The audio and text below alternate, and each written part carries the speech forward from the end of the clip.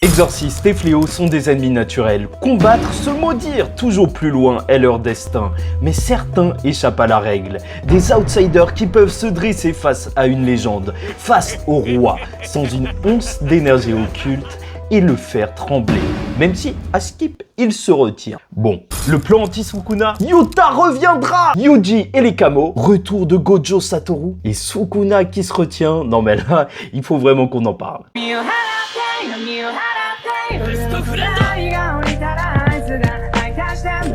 領域展開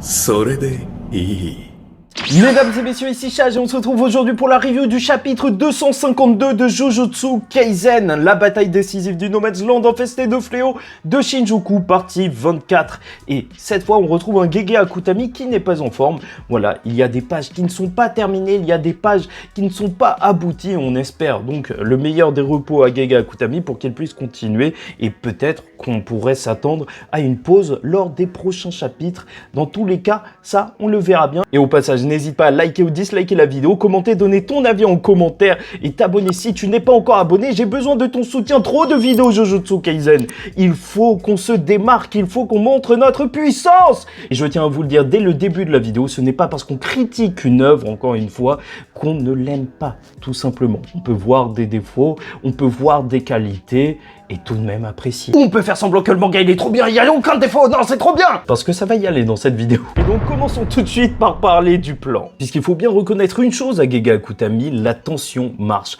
On découvre le plan en même temps que Sukuna, qui est parfois choqué, justement on a son point de vue, lorsqu'il réfléchit à ce que sont en train de faire les exorcistes. Et donc ça marche, on partage sa surprise, que ce soit le plan A, B, C, D. Et ça permet surtout, au moins, même si les plans n'aboutissent pas, l'âme d'Igoruma, attaque de Yuta, au moins donc d'être surprenant. On apprendra dès le début du chapitre que Yuta a bougé la localisation de sa barrière, comme Akari qui l'avait fait face à Kashimo. Donc déjà, il faut dire qu'ils sont assez talentueux en matière de barrière pour pouvoir changer leurs coordonnées et même, qui sait, un jour, peut-être barrière ouverte? Non, pas vraiment, mais sait-on jamais. Je ne le répéterai jamais assez, mais la maîtrise du sort de barrière est extrêmement importante dans Jujutsu Kaisen. Et justement, ça leur a permis de continuer leur mise en place avec Ino et Kusakabe qui se retrouvent à l'extérieur. Bon, sait-on jamais, peut-être qu'il y a d'autres personnes parce qu'apparemment tout le monde doit scruter la barrière afin de ne laisser aucun angle mort, mais on ne voit que Ino et Kusakabe, donc sait-on jamais qui se cache encore ici. Et en tout cas, le plan est simple, attendre le signal de Yuta qui ouvrira une partie de sa barrière pour une attaque surprise, une stratégie facile. Mais alors que Sukuna est submergé à l'intérieur de l'extension de territoire de Yuta, alors cette diversion va marcher au moment où il s'y attendra le moins, le moment où il se sentira tout puissant ayant abattu son ennemi. Il regardera donc l'extension de territoire qui s'est craquée alors que Maki n'arrivera pas de ce trou mais bien derrière lui en prenant la lame qui avait été posée à cet endroit. C'est pour ça qu'ils ont déplacé la barrière à cet endroit précis afin que Maki, même lorsqu'elle rentre dans cette barrière, elle n'ait aucune trace d'énergie occulte. Elle a juste saisi la lame et poignardé Sukuna en plein cœur. Parce que c'est logique en même temps. Tu vois une porte, tu t'attends à ce que la personne sorte de la porte, pas de derrière le mur. Bon, on apprendra que Shozo devait être là à la base et qu'à l'intérieur, Kusakabe n'y est pas allé. Parce que d'après lui, je dis bien d'après lui, donc ça aurait pu enlever l'effet de surprise s'il voyait une autre personne rentrer dans la barrière. Donc il aurait pu, Sukuna, s'attendre à ce que d'autres personnes, telles que Maki, rentrent. Et on aura un petit commentaire d'Ino. S'il y a bien une personne qui aurait pu peut-être se débrouiller, c'est Kusakabe, alors qu'on est face à un classe S. Et en soi, c'est vrai que Kusakabe, normalement, n'a même pas de sort. Et il a survécu, et il en est quand même là. Et juste nous montrer la Maki qui s'est préparée à rentrer dans l'extension de territoire juste avant ça, cette ambiance de sprint, de préparation au combat, c'était juste magnifique. La performance sportive était là. Vraiment, j'avais l'impression de voir quelqu'un sur la ligne de départ. Les JO 2024 à Paris avec les rats! Et leur plan a donc réussi. C'était à la fois le meilleur et le pire des scénarios, dans le sens où Yuta, bien sûr, est tombé, mais Maki a réussi réussi à poignarder le roi des fléaux. Mais pas d'inquiétude, et venons-en aux soins de Yuta et Yuji qui reviendront. Théorie sur le sort d'inversion, puisqu'on va retrouver une Rika qui pleure, oui, qui va prendre directement le blessé sous le signal de Kusakabe. Vraiment une ambiance de coach, une équipe face à l'exorciste millénaire. Je le dis et je le répète encore une fois, Rika ne s'est pas manifestée complètement, donc pour moi c'est obligatoire que Yuta revienne sur le champ de bataille, les noces funèbres. Non, il faut vraiment que j'arrête avec cette vanne. De son côté, Yuji lui va foncer pour sauver Megumi, il ne compte pas abandonner, mais il tombe car même s'il a appris le sort d'inversion il y a un mois, il a quand même subi 4 blessures mortelles et là il ne sait pas d'où vient le problème. Et c'est à cette occasion qu'on va voir le retour de Shozo. Je sais pas pourquoi ça me fait tout le temps autant plaisir de le voir aux côtés de Yuji, si c'est normal car ils sont frères. Et bon, je sais pas pour vous, mais quand même son arrivée je la trouve assez étrange, un petit peu cachée de tout le monde, sait-on jamais. Est-ce que Shozo serait mort face à Sukuna dès le début? Lorsqu'Iguruma affrontait Sukuna, Yuji aurait mangé le corps de Shozo afin de le prendre à l'intérieur de lui. Et c'est ça les explications qu'on a. Là je vous avoue, je raconte vraiment n'importe quoi. Enfin bref, dans tous les cas, Shozo est là pour soutenir son frère et lui expliquera comment se concentrer sur son sang qui circule dans ses veines afin de déceler les problèmes de son corps. C'est assez étrange parce que normalement Shozo c'est pas du tout un expert du sort d'inversion, on ne sait même pas s'il maîtrise véritablement le sort d'inversion, mais quoi qu'il en soit, c'est vrai que ça fait penser donc juste à une maîtrise de la manipulation de sang couplée à un sort d'inversion. La manipulation de sang pour détecter les problèmes et donc ensuite le sort d'inversion pour se soigner. Et en réalité, quand on y pense, c'est peut-être la chose la plus intelligente qu'on ait. Le clan Kamo pourrait être expert dans le soin une fois qu'ils maîtrisent le sort d'inversion. Ils savent littéralement savoir d'où viennent les blessures en faisant circuler leur sang. Ce serait peut-être ça leur particularité, ou peut-être que c'est autre chose. Et justement, j'ai fait une théorie la semaine dernière sur ce sujet. N'hésitez pas à aller la checker sur la suite donc du clan Kamo, leur véritable pouvoir. Et quoi qu'il en soit, ça nous rappellera aussi que pour être un excellent healer entre guillemets, il faut aussi bien connaître le corps humain. C'est ça qui fait la différence avec le personnage de Shoko qui déjà est une experte en termes de sort d'inversion. Peu peuvent se targuer de pouvoir soigner les autres avec un sort d'inversion, parce que se soigner soi-même c'est quelque chose, mais soigner les autres c'est bien évidemment différent. Et en plus de ça, elle a fait des études de médecine, elle est docteur, donc elle sait probablement quoi soigner d'abord, quoi prioriser dans un soin. Enfin, elle est experte dans le domaine et c'est juste parfait. Donc peut-être retour de Gojo, on y croit encore et j'y crois vraiment beaucoup, mais ça on y reviendra à la fin de la vidéo. Quoi qu'il en soit, parlons de Maki qui atteint le niveau de Toji et un Sukuna à moitié mort, car on apprendra que Sukuna a du mal à se soigner de la blessure qui lui a été faite par le sabre de l'âme. En effet, mieux on voit l'âme, mieux on peut utiliser ce sabre. Et même pour le grand Ryomen Sukuna, normalement ce serait un coup fatal de se faire à la fois toucher le cœur mais aussi l'âme, sauf qu'il a été dans le corps de Yuji Itadori. Donc ils auront été deux âmes dans un même corps et connaît désormais mieux le contour de son âme. Il sait les limites de celle-ci, la forme de celle-ci et peut la soigner. Et déjà, je tiens à dire que je trouve que c'est plutôt bienvenu de la part de Gege Akutami de nous expliquer ça, parce que ça explique même mieux pourquoi Yuji résistait à Maito. Voilà, à ce niveau-là, j'aimerais te dire que Sukuna c'est n'importe quoi, mais en même temps, l'explication est logique, et même j'aurais pu me satisfaire de moins. On m'aurait juste dit qu'il connaît mieux son âme parce qu'il a réussi à la découper en 20 morceaux et qu'il arrive à créer donc des reliques super facilement, bah déjà je te crois. Et bon, quoi qu'il en soit, à cause du combat face à Gojo Satoru, il n'arrive tout de même pas à se soigner d'un seul coup. Et ça c'est important. Il y a encore des répercussions du combat de Gojo Satoru en plus de l'extension de territoire, qui ne peut pas être utilisé, bien évidemment. Et c'est là que le combat avec Maki va être magnifique. Encore une fois, chorégraphie de Jujutsu Kaisen. Qu'est-ce que c'est bon, comment l'action est découpée. C'est Aldan, on les voit courir dans la ville sur des échangeurs routiers. C'est fou, c'est graphique, courir en tournant, en se poursuivant. Le sens de la composition, le jeu d'échelle, toujours aussi bien. Regarde cette page où t'as une esquive de Sukuna en fonçant sur lui au sol. Et Maki tente alors de le découper. Le mouvement, il est découpé en 3 positions de Maki. Mais quelle classe! C'est pas juste qu'on comprend le mouvement, mais c'est qu'il est beau en plus. C'est ça qui rend iconique Jujutsu Kaisen. Les pages de combat, c'est pas juste des pages pour te montrer une action, mais ce sont des belles pages en soi. Même si Sukuna, encore une fois, il ressemble à un cafard d'Asie. Tu sais, les cafards avec des ailes, enfin bref, c'est dégueu. Et là, on va voir un des moments peut-être les plus satisfaisants de ce combat. Voir le Sukuna attraper la lame de Maki en souriant et être choqué, car c'est elle qui va sourire à son tour. Puisqu'elle est plus forte, elle va le faire voler en le lançant non, Maki fait ce que Toji lui a fait lors de Shibuya, en montrant une force monstrueuse. Et même si Sukuna cassera un pont, puis lancera une attaque sur elle en cachant sa découpe sous les débris, alors que Sukuna là réalise une découpe du monde en murmurant, et je trouve que graphiquement, encore une fois, c'est très fort. Voilà, c'est joué aussi sur les mots, les sons, les bulles qui sont un petit peu cachées elles aussi. Même nous, on a du mal à le voir. Bah alors, on va quand même avoir une Maki qui va esquiver cette découpe du monde. Et Sukuna le dira, elle voit clairement ses découpes, mieux que les autres exorcistes, et ça lui rappellera son combat face à Makora à Shibuya. C'est à la fois super satisfaisant,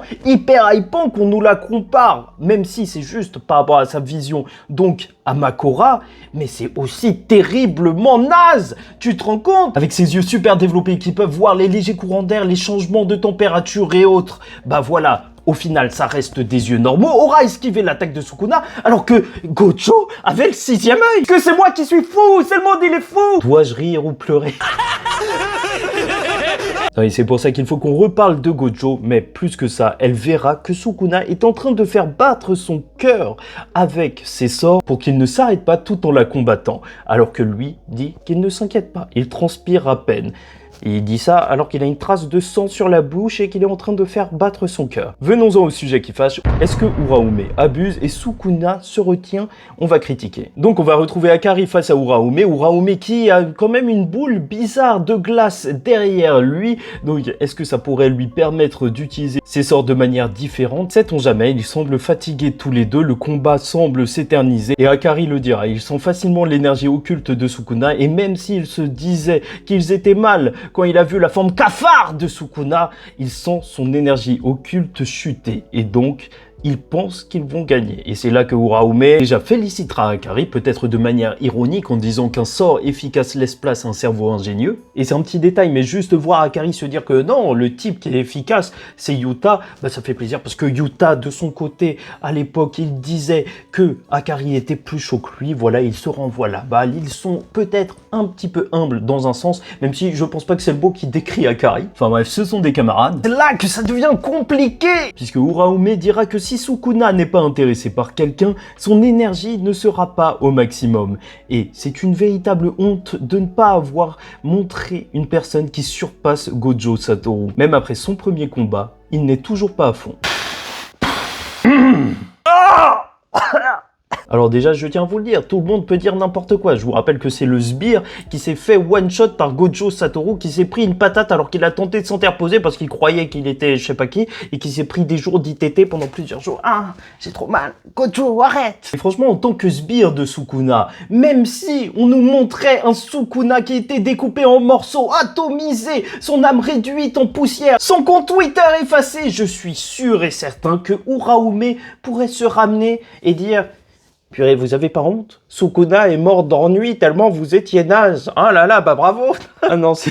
Bon, après, il faut se dire la vérité en face. C'est vrai que les élèves n'ont pas l'air d'avoir poussé Sukuna autant dans ses retranchements que Gojo Satoru. On aura quand même vu un Sukuna en panique crier « Makora, sauve-nous !» Il rend à son tour hommage à Jeanne d'Arc, à sa façon. Et pour vous dire très sincèrement la vérité, j'ai aucun problème avec le fait que Sukuna roule sur le casting.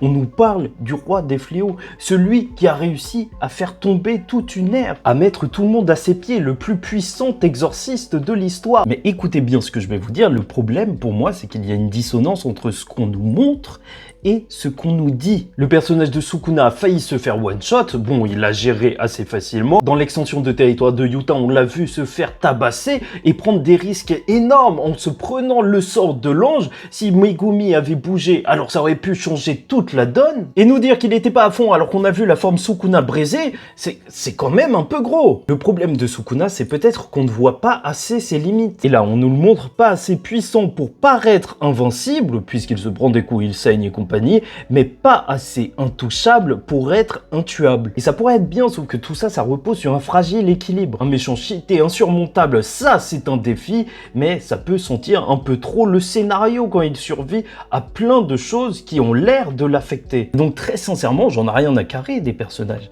C'est juste que, au final, ça fait que c'est l'écriture qui est problématique. Parce que déjà qu'il faut entendre la vérité, c'est vrai que le combat est long, si on ne voit pas de solution, ça devient encore plus long. Si rien rien ne l'a affecté. Ma hype, elle va baisser si ça tire trop en longueur juste pour ça. On a un seul ennemi, et c'est peut-être ça le problème de Gege Akutami, en n'en ayant qu'un seul. Bah bien sûr, ça lui donne du prestige à Sukuna, mais malheureusement, pour faire briller les autres personnages, bah tu fais semblant qu'ils ont eu une importance, ou en tout cas qu'ils ont participé à sa défaite, mais là, ce que nous dit Uraume, c'est qu'ils ont participé à rien du tout. Et c'est sincèrement risqué en termes d'écriture. La frontière est fine entre hyper un personnage et ridiculiser tous les autres. Très sincèrement, dites-moi la vérité. Qu'est-ce que vous pensez de Kashimo maintenant? Et qu'est-ce que vous en pensiez avant? Et là, nous dire que Sukuna se retient tel le guerrier légendaire Broly, bah, ça va hyper certains pour le personnage de Sukuna, mais d'autres, ça y est, au revoir. Enfin bref, dans tous les cas, je suis un fan de Jujutsu Kaisen. Moi, tout ce que je veux, c'est que l'histoire soit excellente. Donc, ça me dérange pas du tout qu'il ait plein de capacités, qu'il cache encore, qu'il a encore énormément de réserves. Mais là, qu'on me dise qu'il est pas à fond, c'est quand même un peu chelou. Voilà, tout simplement. Même s'il a l'air d'un monstre, même si la page est folle. Je le répète encore une fois, depuis le début de la série, on nous a dit que Sukuna était une légende, qu'il était le plus fort de l'histoire tout entière, et donc ça dénote pas avec ça, mais c'est juste l'avoir vu se prendre autant de coups, cracher autant de sang et compagnie.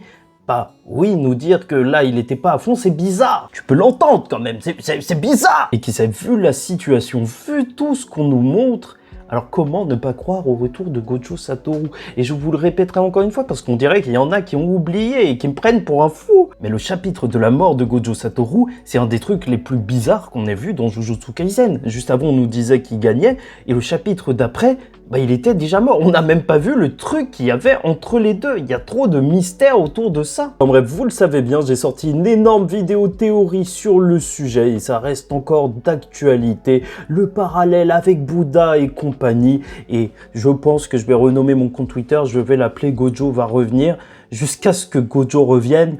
Parce que là, c'est pas possible. C'est pas possible. Qu'est-ce que vous voulez faire? Sukuna Kaisen ne s'arrêtera jamais. Enfin bref, encore une fois, j'aurais préféré qu'Uraume nous dise juste qu'il a encore des choses en réserve. Ça, j'aurais pu l'entendre. Il n'est pas à fond, c'est totalement autre chose. Et nous dire, et nous lâcher par la suite sa flèche de feu, son véritable sort. Le chapitre de la semaine prochaine marque déjà les 6 ans de publication de Jujutsu Kaisen. Et il faudra montrer du lourd. Donc, ce sera peut-être parfait pour ce moment-là. Et globalement, le chapitre 252 de Jujutsu Kaisen est une annonce. Le plan des exorcistes est réfléchi et a de nombreuses facettes que nous ignorons, ayant réussi à atteindre le cœur du roi des fléaux. Et alors que chacun se soigne, la reine sans énergie occulte se dresse face à Sukuna en le montrant directement. Elle est bien différente et voit bien plus qu'aucun d'entre eux. Ainsi, la victoire avec son cœur que Sukuna force à battre semble proche, mais la personne qui le connaît le mieux nous avertit. Et pour le meilleur, ou peut-être pour le pire, le roi des fléaux est loin d'avoir montré tout ce dont il est capable. My best